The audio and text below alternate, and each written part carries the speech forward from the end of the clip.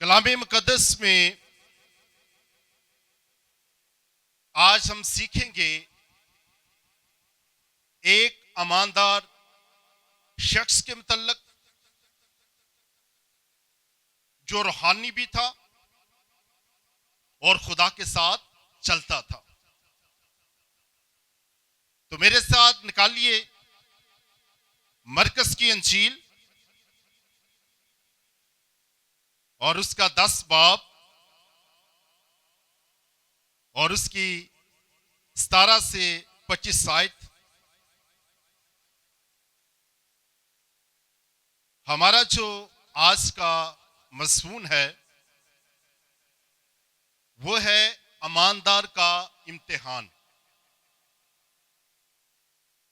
किसी भी ईमानदार का सबसे बड़ा इम्तिहान उसकी दौलत होती है। किसी भी ईमानदार का सबसे बड़ा इम्तिहान उसकी दौलत होती है। तो कलाम मुकद्दस में लिखा है, और जब वो बाहर निकलकर राह में जा रहा था तो एक शख्स दौड़ता हुआ उसके पास आया और उसके आगे घुटने टेक कर उससे पूछने लगा कि या नेक उस्ताद, मैं क्या करूं कि हमेशा की जिंदगी का वारिस बनूं। यीशु ने उससे कहा, तू मुझे क्यों नेक कहता है? कोई नेक नहीं मगर एक, यानी खुदा। तू हुक्मों को तो जानता है, खून न कर, जना न कर, चोरी न कर, झूठी गवाही न दे, फरेब देकर नुकसान न कर, अपने बाप की और मां की इज्जत कर। उसने उससे कहा, ऐ उस्ताद, मैंने लड़कपन से इन सब पर अमल किया है।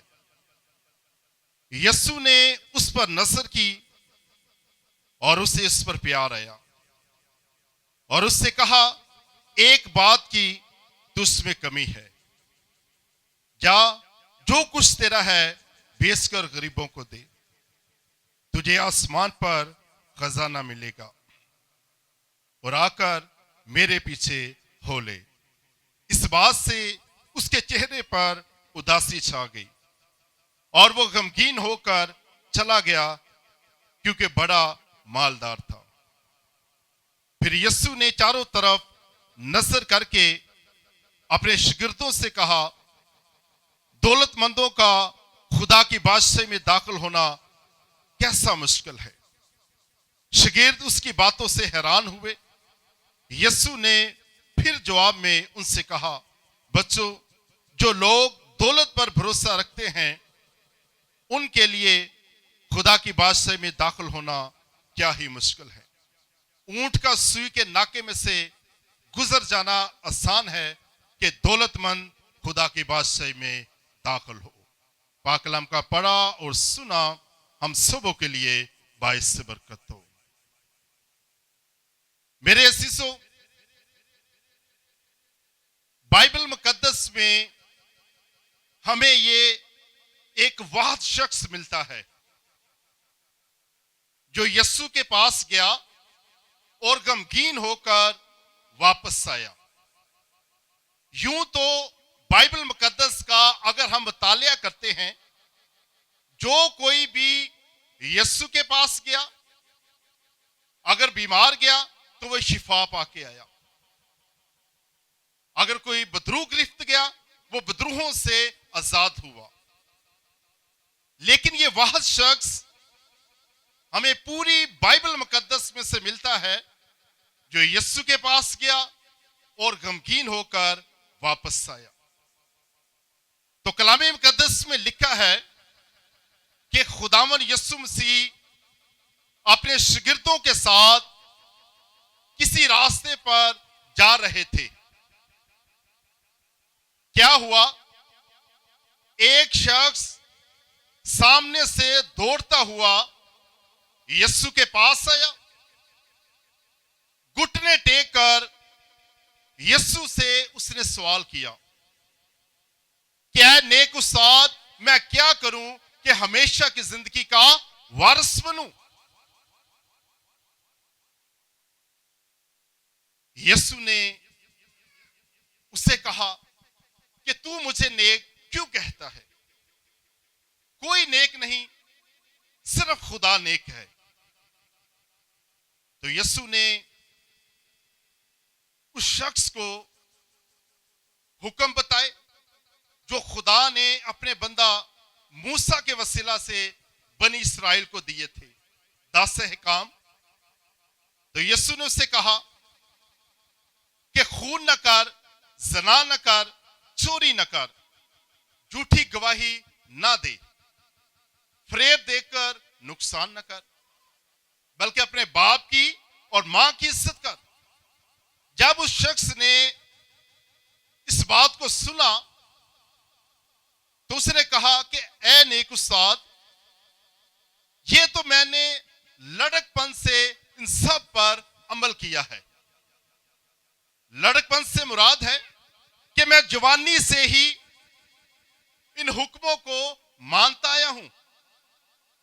ना तो मैंने चोरी की, ना तो मैंने ज़ना किया, ना कभी खून किया, अपने बाप की और मां की इज्जत करता आया हूं। जब यीशु ने उसकी तरफ देखा तो यीशु को उस पर प्यार आया। जब उसको उसकी कमी बताई तो वो उदास होकर चला गया। तो आज भी जब आप किसी को उसकी कमी बताते हैं, वो आपके पास से उदास होकर चला जाता है। तो इसी तरह यीशु ने इस शख्स को इसकी कमी बताई और ये गमगीन होकर चला गया। क्यों? क्योंकि ये अपनी दौलत को अजीज रखता था, अपनी दौलत खुदा के कामों के लिए इस्तेमाल नहीं करता था। यह हुक्म मानता था, 10 अहकाम मानता था, चोरी भी नहीं करता था, ज़ना भी नहीं करता था, अपने बाप की और मां की इज्जत भी करता था, खुदा के घर में भी जाता था, लेकिन अपनी दौलत खुदा के कामों के लिए इस्तेमाल नहीं करता था। तो आज भी बहुत से ऐसे खानदान हैं जो चर्च में आते हैं, रोजा भी रखते हैं, दुआ भी करते हैं, खुदा का कलाम भी पढ़ते हैं, सुनते भी हैं, लेकिन फिर भी अपनी दौलत को अजीज रखते हैं। तो मेरे अजीजों, खुदा का बंदा पौलुस रसूल कहता है कि तेरा कलाम मेरे कदमों के लिए चिराग और मेरी राह के लिए रोशनी है। खुदा का ये जो कलाम है, ये हमें रोशनी बख्शता है। खुदा के कलाम ने हमें रोशनी दी ताकि हमने इस शख्स के मुतल्लक सीख रहे हैं। अगर हमारी जिंदगी इस शख्स की तरह है तो फिर जरूर है हमें बदलने की। तो मेरे शिष्यों, जब इस शख्स को इसकी कमी बताई तो ये गमगीन होकर चला गया। आज भी जब किसी को उसकी कमी बताई जाती है तो वो गमगीन हो जाता है, वो परेशान हो जाता है। तो इसी तरह यीशु ने जब इस पर नजर की तो यीशु को प्यार आया। तो आज भी यीशु आपके दिलों की हालत को जानता है। कलाम मुकद्दस में लिखा है कि जहां 2 या 3 मेरे नाम से जमा होंगे, मैं तुम्हारे दरमियान मौजूद हूं। खुदावन अपने वादे के मुताबिक हमारे दरमियान मौजूद है। वह आप सबों के दिलों की हालत को जानता है, आप किन किन चीजों के मोहताज हैं। जैसे खुदावन ने पतरस से कहा कि तू 3 बार मेरा इनकार करेगा, तो आज भी यीशु यहां मौजूद है। वो अपने वादा के मुताबिक हमारे दरमियान मौजूद है। आप सबों की हालत को जानता है, आप सबों के दिलों पर उसकी नजर है। उसको पता है कि इस बेटी को क्या चाहिए, उस बेटे को क्या चाहिए। तो मेरे शिशु, तो कलाम मुकद्दस में लिखा है कि यह शख्स गमगीन होकर चला गया क्योंकि बड़ा मालदार था। जब गया तो यीशु ने अपने शागिर्दों को सिखाया कि दौलतमंद का खुदा की बादशाही में दाखिल होना क्या ही मुश्किल है। फिर आगे एक तमसील दी कि ऊंट का सुई के नाके में से गुजर जाना आसान है। ऊंट जो है वो सुई के नाके में से गुजर सकता है। अगर हम देखें तो ऊंट बहुत बड़ा है, लेकिन यीशु ने कहा कि ऊंट गुजर जाएगा लेकिन दौलतमंद नहीं। तो आज भी हमने बपतिस्मा लिया, हम ईमानदारों की जमात में शामिल हैं, लेकिन हमें जरूरत है कि हम अपने आप को जांचें, अपनी पहचान करें। कहीं हमारी हालत इस ईमानदार शख्स की तरह तो नहीं। ये रोजे भी रखता था, चोरी भी नहीं करता था, मां बाप की इज्जत भी करता था। आज भी बहुत से ऐसे खानदान हैं जो दुआ पे दुआ करते जा रहे, लेकिन अपनी दौलत को खुदा के कामों के लिए इस्तेमाल नहीं करते। अगर उन्हें हदिया देना पड़े, वो गले में 10 रुपए हदिया डालते हैं। तो मेरे शिशु, आप इस तरह के ईमानदार ना बने। तो आज हम कलाम मुकद्दस में सीखेंगे कि खुदा को देना क्यों जरूरी है। ये बातें आगे जाके आपको सिखाई जाएंगी। तो कलाम मुकद्दस में एक और हवाला देखेंगे, अमाल की किताब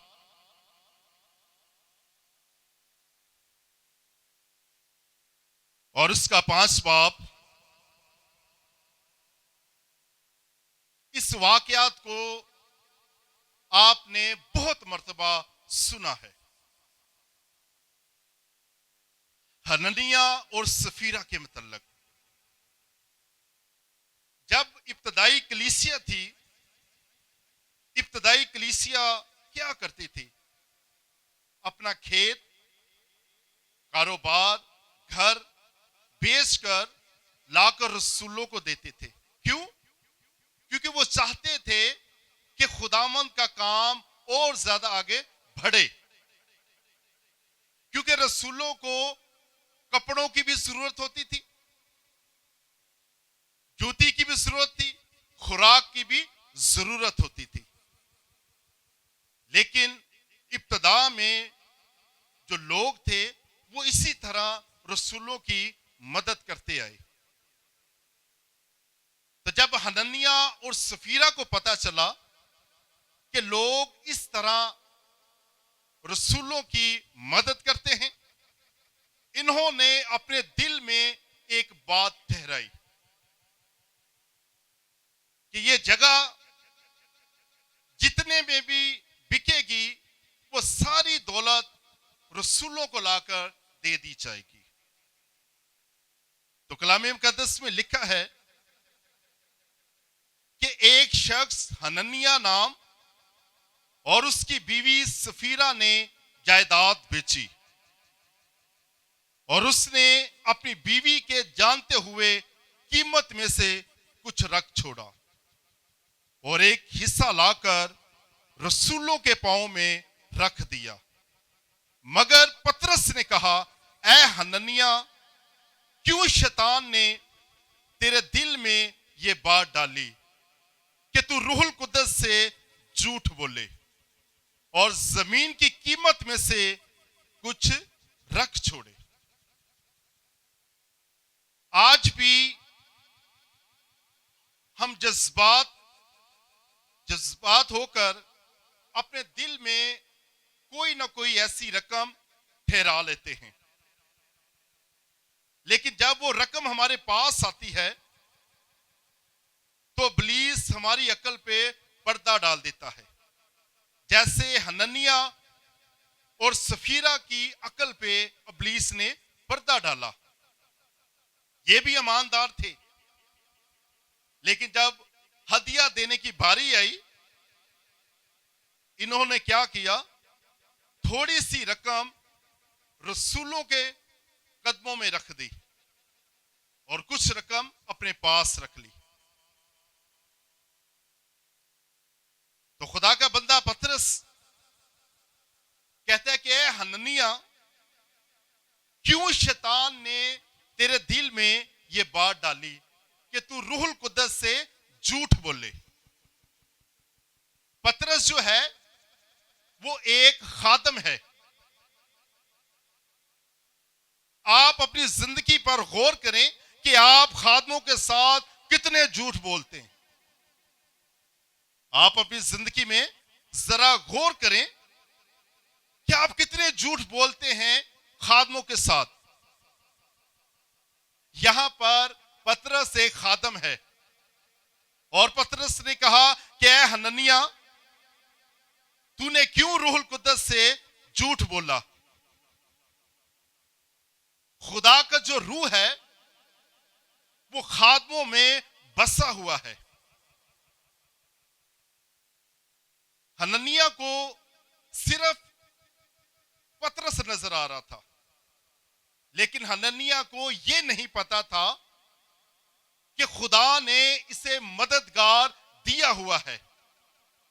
यीशु ने क्या कहा कि मैं जाता हूं और तुम्हारे लिए मददगार भेजता हूं। पतरस को मददगार मिला हुआ था। आज भी आपके सामने खादम नजर आता है आपको, लेकिन जो बैक साइड पे है वो खुदा का पाक रूह होता है जो अपने खादम को गाइड करता है। इसी तरह पतरस को खुदा का पाक रूह गाइड कर रहा था। उसने बताया कि हनन्याह ने इतने में जायदाद बेची है और कुछ रकम इसने अपने घर में रख ली और कुछ लाकर आपको दे दी। तो पतरस ने उससे कहा, ए हनन्याह, क्यों शैतान ने तेरे दिल में यह बात डाली कि तू रूहुल कुद्दस से झूठ बोले? अगर आप खादमों से झूठ बोलते हैं तो आप खुदा से झूठ बोलते हैं। अगर आप चाहते हैं कि आपकी तरक्की हो तो आप झूठ बोलना छोड़ दें। इन्होंने झूठ बोला और इनकी मौत होगी। कई मर्तबा हम खादमों को हदिया देकर भी अपनी बरकत खत्म कर लेते हैं जब हम नेक नीयत से नहीं देते। कई मर्तबा हमारे ज़हनों में यह बात होती है, जब खुदा के खादम आपके घरों में विजिट करते हैं तो आपके चेहरे पर उदासी छा जाती है। ओहो, पादरी को हदिया देना पड़ेगा। आप ये नहीं जानते उस खादम को खुदा ने आपके पास भेजा है। हो सकता है कि उस खादम के आने से आपके हालात बदल जाएं, आपको बरकत मिल जाए, आपको शिफा मिल जाए, लेकिन आप फिर भी 10-20 रुपए हदिया दे देते हैं, लेकिन वो 10-20 रुपए आपका मल्टीप्लस नहीं होता। क्यों नहीं होता? क्योंकि आपने नेक नीयत से नहीं दिया। हनन्याह और सफीरा का भी यही हाल था। इन्होंने रकम दी जरूर, लेकिन इनकी मौत होगी झूठ बोलने की वजह से। तो मेरे अजीजों, ईमानदारों के लिए जरूरी है कि वो झूठ ना बोले। जो ईमानदारों की जमात है उनके लिए जरूरी है कि वो अपनी जिंदगी में से झूठ को निकाल दे। अगर आप आपस में तो बोलते हैं, लेकिन आप खादमों के साथ भी झूठ बोलना शुरू कर देते हैं। खादम को भी आप आम इंसान समझते हैं, कलाम मुकद्दस में लिखा है, तूने नहीं बल्कि मैंने तुझे चुन लिया। खादम को आपने नहीं चुना, बल्कि खुदा ने चुना है कि वो खिदमत करे, वो खुदा का कलाम आप तक पहुंचाए। तो इसी तरह कलाम मुकद्दस में लिखा है, मगर पतरस ने कहा, ऐ हननिया, क्यों शैतान ने तेरे दिल में यह बात डाल दी कि तू रूहुल कुद्दस से झूठ बोले और जमीन की कीमत में से कुछ रख छोड़े? क्या जब तक वो तेरे पास थी तेरी ना थी, और जब बेची गई तो तेरे इख्तियार में ना रही? तूने अपने दिल में इस बात का ख्याल बांधा, तूने आदमियों से नहीं बल्कि खुदा से झूठ बोला। इसका मतलब है कि जब आप झूठ बोलते हैं, आप खादम से झूठ नहीं बोलते। जो खादम के अंदर रूह है या जो खादम के पीछे है, जो मददगार है, आप उससे झूठ बोल रहे हैं। तो मेरे अजीजों, ये बात सीखने की है। आप इस बात को सीखें। आप कभी भी खादमों से झूठ ना बोलें। फिर लिखा है कि ये बातें सुनते ही हननिया गिर पड़ा और उसका दम निकल गया और सब सुनने वालों पर खौफ छा गया। फिर जवानों ने उठाकर उसे कफनाया और बाहर ले जाकर दफन किया। ये देखें, जब आप बुरी नीयत से खुदा के घर में हदिया लाते हैं तो ये हालत होती है।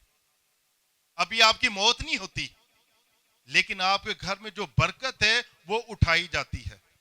बरकत उठाई जाती है, आपको पता ही नहीं चलता। आपके जहन में यह बात होती है कि आपने हदिया दिया है, लेकिन बरकत फिर भी नहीं आई। इसकी वजह नीयत में प्रॉब्लम। अगर आप अच्छी नीयत से खुदा को देंगे तो खुदा जरूर उसे बरकत देगा। तो इसी तरह आगे लिखा है कि 3 घंटे गुजरने के बाद जब उसकी बीवी सफीरा पतरस के पास गई, क्योंकि बीवी जो थी वो इस बात से बेखबर थी। बीवी को इस बात का इल्म ना था कि उसका जो शोहर है वो मर गया है, उसे दफन कर दिया गया है। लेकिन बीवी जब पतरस के पास गई तो पतरस ने फिर वही बात दोबारा दोहराई। पतरस ने कहा, मुझे बता तो, क्या तुमने इतने ही को जमीन बेची थी? उसने कहा, हां, इतने को। तो पतरस ने उसे कहा कि तुमने क्यों खुदावंद के रूह को आजमाने के लिए एका किया? हननिया और सफीरा ने एका किया हुआ था। अगर हम शुरू में पढ़ते हैं तो लिखा है 2 आयत में, और उसकी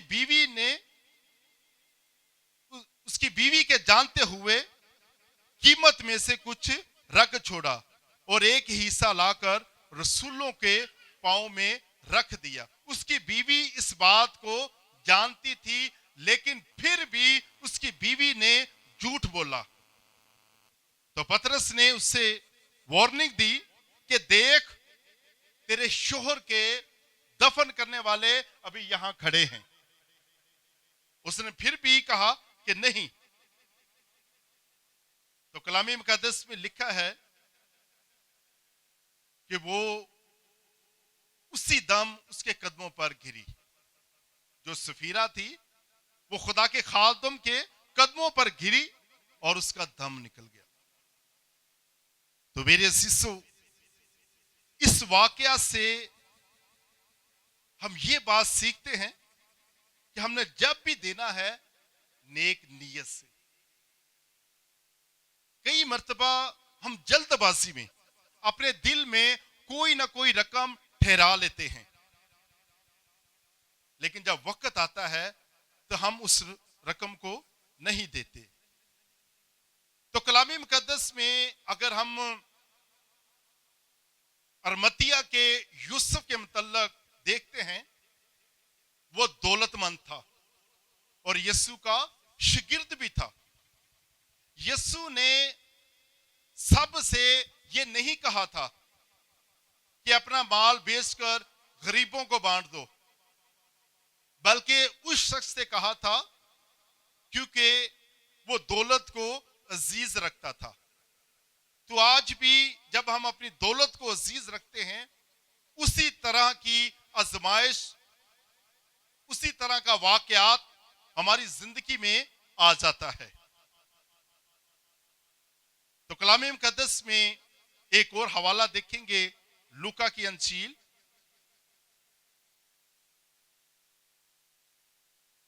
उसका 19 बाब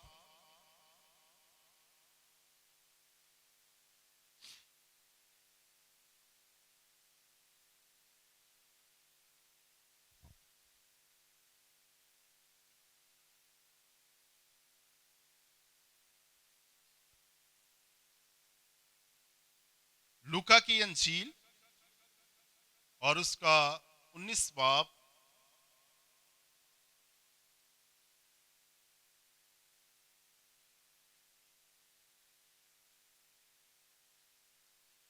तो कलाम मुकद्दस में लिखा है कि जकई ने खुद कहा कि ऐ खुदावन, मैं अपना माल गरीबों को देता हूं। जब खुदावन यीशु मसीह यरू में दाखिल हुए, यरू में एक शख्स था जिसका नाम जकई था। वो महसूल लेने वालों का सरदार और दौलतमंद था। उसके दिल की बहुत ख्वाहिश थी कि वो यीशु को देखे, लेकिन उसका जो कद था वो छोटा था। यीशु जहां कहीं भी जाता, बहुत सी भीड़ उसके पास जमा हो जाती, लेकिन उसका कद छोटा था। वो यीशु को नहीं देख सकता था, क्योंकि वो यीशु के मुतल्लक सुन चुका था कि नासरत का जो यीशु है वो मुर्दे जिंदा करता है, वो लंगड़े चलाता है, वो कोड़ियों को पाक साफ करता है। इसलिए जकई यीशु को देखना चाहता था। तो कलामी मुकद्दस में लिखा है कि जकई का जो कद था वो छोटा था। जब उसने देखा कि यीशु ने इस तरफ से गुजरना है, वो भागकर दरख्त के ऊपर चढ़ गया। जब वो दरख्त के ऊपर चढ़ा, जब यीशु उसके पास आया तो यीशु ने उससे कहा, ऐ जकई, जल्द उतर आ, क्योंकि आज मुझे तेरे घर में रहना जरूर है। वो जल्द नीचे उतर आया और खुशी से यीशु को अपने घर ले गया। जब यीशु को अपने घर लेके गया तो जकई ने खड़े होकर कहा कि ऐ खुदावन, देख, मैं अपना सारा माल गरीबों को देता हूं। अगर किसी का ना हक लिया, दुगना उसे वापस किया। तो यीशु ने क्या कहा कि आज इस घर में नजात आई है। जब आप ईमानदार हो जाते हैं, तब आपके घर में नजात आती है। जब आप दिल से इकरार करते हैं। कलाम मुकद्दस में लिखा है कि वो इंसान के दिलों और गुर्दों से वाकिफ है। उसे पता चल गया था कि जकई अब ठीक हो गया है। जब यीशु आपके घर में आता है, जब आपके अंदर दाखिल होता है, तो आपकी जिंदगी बदल जाती है। इस जकई की तरह यह जकई महसूल लेने वाला था, लोगों का नाजायज हिस्सा उनसे बांटता था। तो मेरे शिशु, जब यीशु इसके घर में आया तो इसकी जिंदगी बदल गई। तो तो आज भी जब यीशु आपके घर में आएगा, आपके अंदर दाखिल होगा, तो आपकी जिंदगी बदल जाएगी, आपकी सोच बदल जाएगी, आपके ख्यालात बदल जाएंगे। यीशु जब इसके घर में आया तो इसकी जिंदगी बदली। तो यीशु ने कहा कि आज इस घर में नजात आई है। अगर आज नजात नहीं, उसकी वजूहत है कि हम में कमी है। हम अपने आप को ईमानदार कहते हैं, हमने बपतिस्मा लिया, हम ईमानदारों की जमात में शामिल हैं, लेकिन हम ईमानदार किस तरह के हैं? उस मालदार शख्स की तरह। दुआ भी कर रहे हैं, रोजे भी रखते हैं, चोरी भी नहीं करते, झूठ भी नहीं बोलते, लेकिन दौलत को अजीज रखते हैं। जो दौलत को अजीज रखता है वो खुदा की बादशाह में दाखिल हरगिज ना होगा। खुदा मुकम्मल तौर पर इंसान को बदलना चाहता है। जब आप मुकम्मल तौर पर बदलेंगे, फिर ही आप हमेशा की जिंदगी के वारिस बनेंगे। तो इसी तरह खुदा यीशु मसीह ने कहा कि आज इस घर में नजात आई है। तो इसलिए कि ये भी अब्राहम का बेटा है। ज़कई को अब्राहम का बेटा क्यों कहा गया? कलाम मुकद्दस में लिखा है, बाप इब्राहिम ईमानदारों का बाप है। इसलिए ज़कई को कहा गया कि ये बाप इब्राहिम का बेटा है। जब आप ईमानदार हो जाएंगे तो आप भी अब्राहम की बेटी कहलाएंगे, आप भी अब्राहम के बेटे कहलाएंगे। तो यीशु ने कहा, क्योंकि इब्ने आदम खोए हुओं को ढूंढने और नजात देने आया है। उन लोगों के लिए खुशखबरी का पैगाम है जो गुनाह की कैद में थे, जो अंधेरे में थे। तो मेरे अजीजों, अब आगे हमें सीखने की जरूरत है कि खुदा को क्यों देना जरूरी है। कई मर्तबा हमारे जहनों में ये सवालात होते हैं। खादम जब भी बात करता है हदिये पे बात करता है, खादम जब भी बात करता है दय यकी पे बात करता है। तो आज हम कलाम मुकद्दस में सीखेंगे कि खुदा को देना क्यों जरूरी है। तो कलाम मुकद्दस में निकालिए इस्तिशना की किताब, उसका 8 बाब और उसकी 17 और 18 आयत। इस्तिशना की किताब में आपको पता चलता है कि खुदा को हदिया देना क्यों जरूरी है। क्योंकि खुदा का कलाम हमारे कदमों के लिए चिराग और हमारी राह के लिए रोशनी है। तो कलाम मुकद्दस में लिखा है, और ऐसा ना हो कि तू अपने दिल में कहने लगे कि मेरी ही ताकत और मेरे हाथ के जोर से मुझको यह दौलत नसीब हुई है, बल्कि तू खुदावन अपने खुदा को याद रखना, क्योंकि वही तुझको दौलत हासिल करने की कुव्वत देता है। खुदा को क्यों देना जरूरी है? क्योंकि खुदा इंसान को कुव्वत देता है। अगर आप बीमार होंगे तो आप दौलत कैसे कमा सकते हैं? अगर आप बीमार होंगे तो आप दौलत कैसे कमा सकते हैं?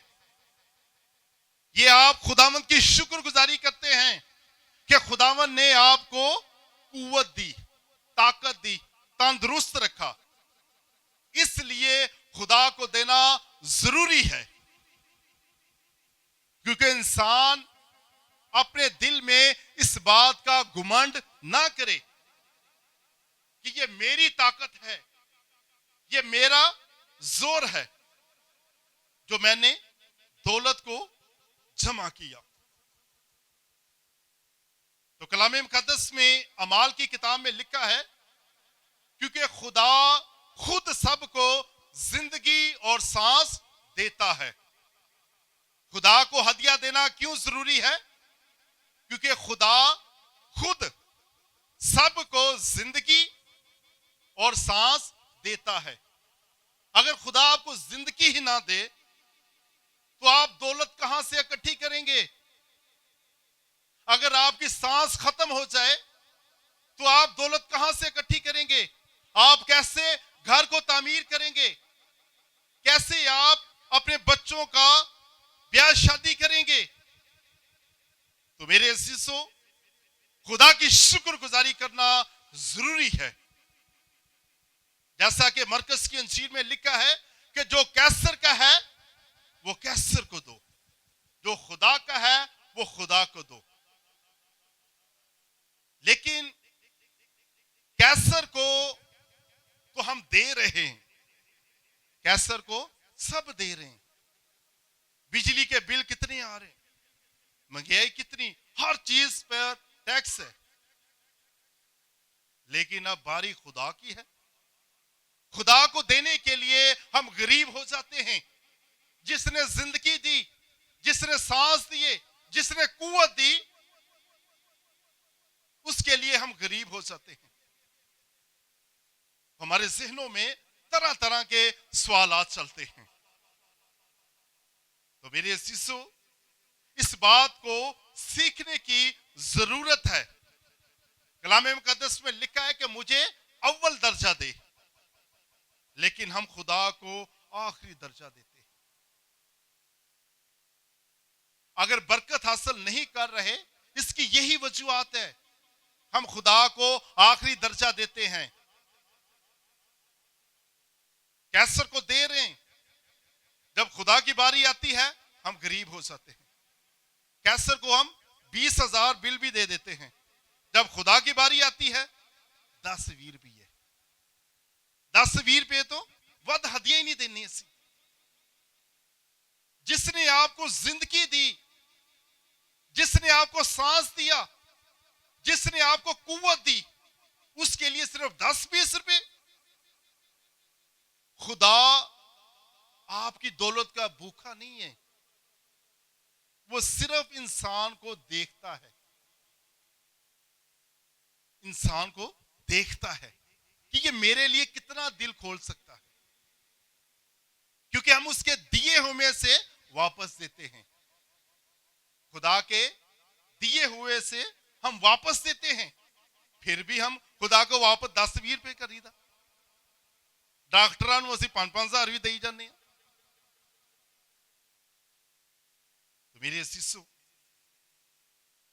एक और बात सीखने की जरूरत है। कई मर्तबा हमारे जहनों में यह बात होती है कि हमने अपनी दै यकी किसी इबादत में खर्च कर दी, या मैंने अपनी दै यकी किसी बेवा औरत को दे दी, या मैंने अपनी दै यकी किसी गरीब को दे दी। तो कलाम मुकद्दस में आज सीख लीजिए कि दै यकी किस जगह पे देनी जरूरी है। यसाया की किताब, उसका 55 बाब, उसकी 8 आयत में लिखा है, खुदावन फरमाता है कि मेरे ख्याल तुम्हारे ख्याल नहीं, और ना तुम्हारी राहें मेरी राहें हैं। खुदा कहता है कि जो आपका ख्याल है वो मेरा ख्याल नहीं, जो आपकी राहें हैं वो मेरी राहें नहीं। हमने सोचा हमने अपनी दै यकी गरीब को दे दी, हमने सोचा हमने अपनी दै यकी किसी बेवा औरत को दे दी, लेकिन खुदा का जो कलाम है वो हमें ये नहीं सिखाता। अगर आप खुदा के कलाम के मुताबिक दै यकी देंगे तो आपके घर में बहुत सारा जखीरा जमा होगा। अगर जखीरा जमा नहीं, उसकी वजूहत है। क्योंकि हम खुदा के कलाम के मुताबिक नहीं दे रहे। तो कलाम मुकद्दस में अगर हम देखते हैं पुराने अहदनामा में अहबार की किताब उसका 27 बाब उसकी 30 आयत में लिखा है, और जमीन की पैदावार की सारी दय यकी, ख्वाह वो जमीन के बीज की या दरख्त के फल की हो, खुदावंद की है और खुदावंद के लिए पाक है।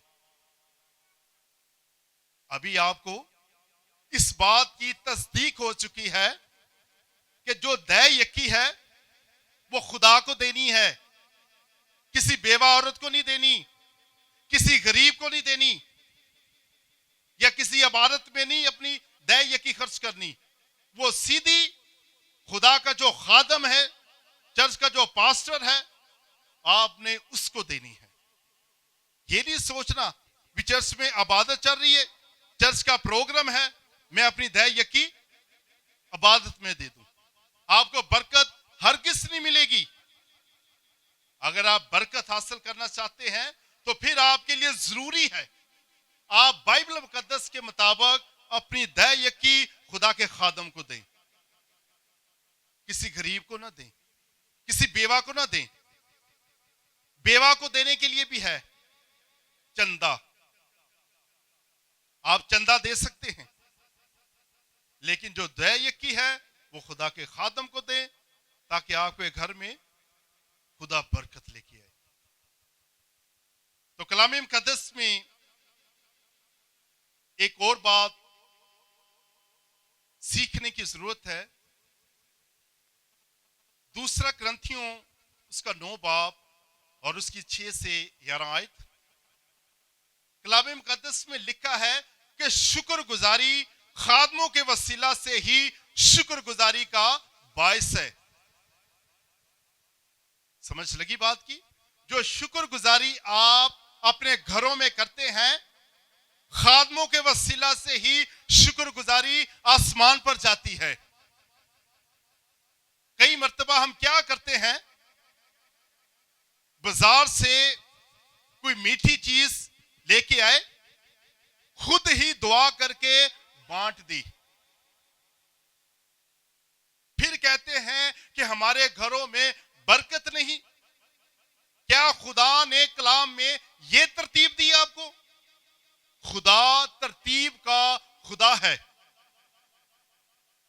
अगर आपकी जिंदगी में बेतरतीबी होगी तो आप बरकत हासिल नहीं करेंगे।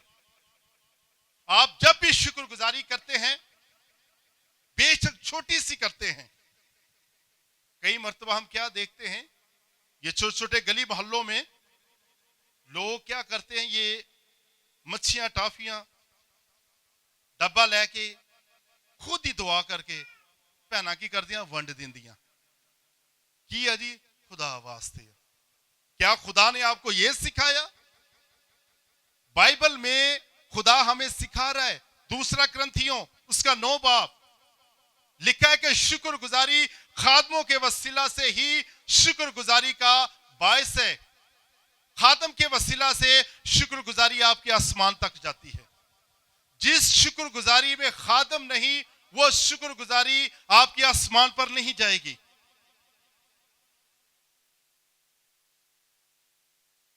तो आप इस बात को भी सीखें, क्योंकि हम इस बात का इकरार करते हैं कि खुदा का कलाम हमारे कदमों के लिए चिराग और हमारी राह के लिए रोशनी है। अगर खुदा का कलाम हमारे लिए रोशनी है तो यह खुदा के कलाम ने ही आपको सिखाया है कि शुक्रगुजारी खादमों के वसीला से ही शुक्रगुजारी का बायस है। खादमों के वसीला से शुक्रगुजारी आसमान पर जाती है। फिर लिखा है कि जो बुजुर्ग अच्छा इंतजाम करते हैं, खासकर वो जो कलाम सुनाने और तालीम देने में मेहनत करते हैं, मजदूर अपनी मजदूरी का हकदार है। तो मेरे शिशु, अब बारी है हदिये के मुतल्लिक सीखने की। हदिया, चंदा, दैयकी, इन 3 चीजों के मतलब आपको सिखाया जा रहा है। अभी हमने दैयकी के मतलब सीखा, अभी हम हदिये के मतलब देखते हैं कि खुदा का कलाम क्या कहता है, कि हदिया देने का क्या तरीका है। खुरूज की किताब उसका 25 बाब और उसकी पहली और 2 आयत मुबारका लिखा है कि दिल की खुशी से खुदावन ने मूसा को फरमाया कि बनी इस्राएल से ये कहना, मेरे लिए नजर लाएं और तुम उन्हीं से मेरी नजर लेना जो अपने दिल की खुशी से दे। खुदा ने अपने बंदा मूसा से कहा कि तू बनी इस्राएल को बता, बनी इस्राएल की तरबियत कर कि वो खुदा के घर में हदिया लाएं, लेकिन वो जो दिल की खुशी से। अगर आप उदास होकर देंगे तो आप बरकत हासिल नहीं करेंगे। तो कलाम मुकद्दस में कायन और हाबल के मुतल्लिक देखें, एक ने दिल की खुशी से दिया, एक ने दिल की खुशी से नहीं दिया। तो कबूल किसका हुआ? जिसने दिल की खुशी से दिया। तो आपका भी जो हदिया है वही कबूल होता है जो आप दिल की खुशी से देते हैं। फिर आगे कलाम मुकद्दस में लिखा है कि अपने पेशवाओं के फर्मा बरदार रहो और ताबे रहो, क्योंकि वो तुम्हारी रूहों के फायदा के लिए उनकी तरह जागते हैं जिन्हें असाब देना पड़ेगा। जो आपके खादम हैं वो सारी सारी रात आपके लिए दुआ करते हैं। क्यों दुआ करते हैं? आपके हालात बदल जाएं, आपकी बीमारी दूर हो जाए, आपकी कमी कमजोरियां दूर हो जाए। कलाम मुकद्दस में लिखा है कि अपने पेशवाओं के फर्मा बरदार रहो, ताबेदार रहो। पेशवा खादम, आप अपने खादमों के ताबेदार रहें, फिर आप बरकत हासिल करेंगे। तो मेरे अजीजों, कलाम मुकद्दस में लिखा है कि जो थोड़ा बोता है वो थोड़ा काटेगा, जो बहुत बोता है वो बहुत काटेगा। तो कलाम मुकद्दस में लिखा है कि दिया करो ताकि तुम्हें भी दिया जाए। ज़बूर की किताब में लिखा है कि आजमा कर देख खुदावंद कैसा मेहरबान है। मुबारक है वो आदमी जिसका तवक्कल खुदावन पर है। तो मेरे अजीजों, आप खुदावन पर अपना तवक्कल रखें और खुदावन आपको इस कलाम के वसीला से बरकत दे। आमीन।